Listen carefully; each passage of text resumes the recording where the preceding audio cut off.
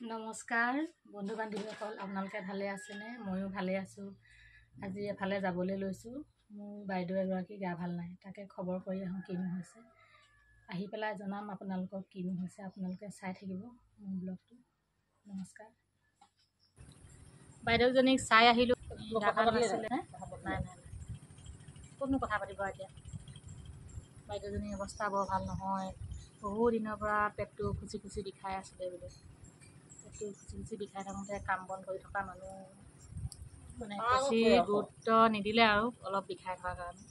এনেকৈ থাকোঁতে থাকোঁতে মানে পেটটোত এনেকৈ চবৰে গ'ল ব্লাডাৰ হ'লে বোলে নিবিষায়, তেওঁ মনে মনে বিষাই আছিলে। বিষাই থাকোঁতে থাকোঁতে এদিন মানে বেছি বিষ হ'লত দেখালে। তেতিয়া ডাক্তৰে কৈছে গ'ল ব্লাডাৰ হৈ আছিলে, ডাক্তৰ বুলি অনা পলম হ'ল।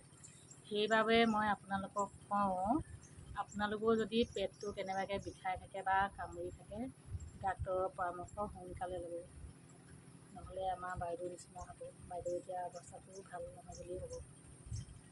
বহুত সৰু হয় বাইদেউ, মানে এনেকুৱা অৱস্থা হ'বলগীয়া নহয়। সেইবাবে আপোনালোকক মই কৈছোঁ আৰু পেট যদি কেনেবাকৈ বিষাই বা খুচি খুচি কামুৰি ধৰে, আপোনালোকে সোনকালে ডাক্তৰৰ পৰামৰ্শ ল'ব।